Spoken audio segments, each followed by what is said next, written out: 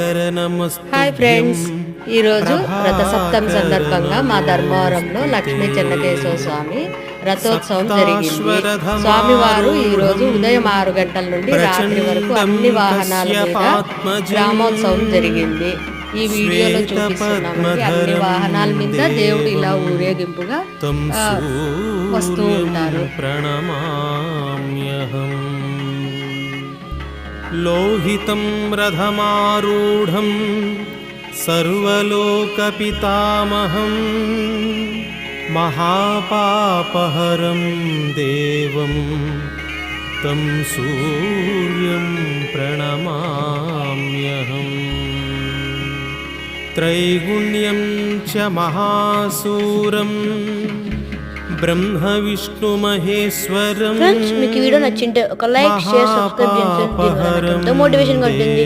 Thank you for watching.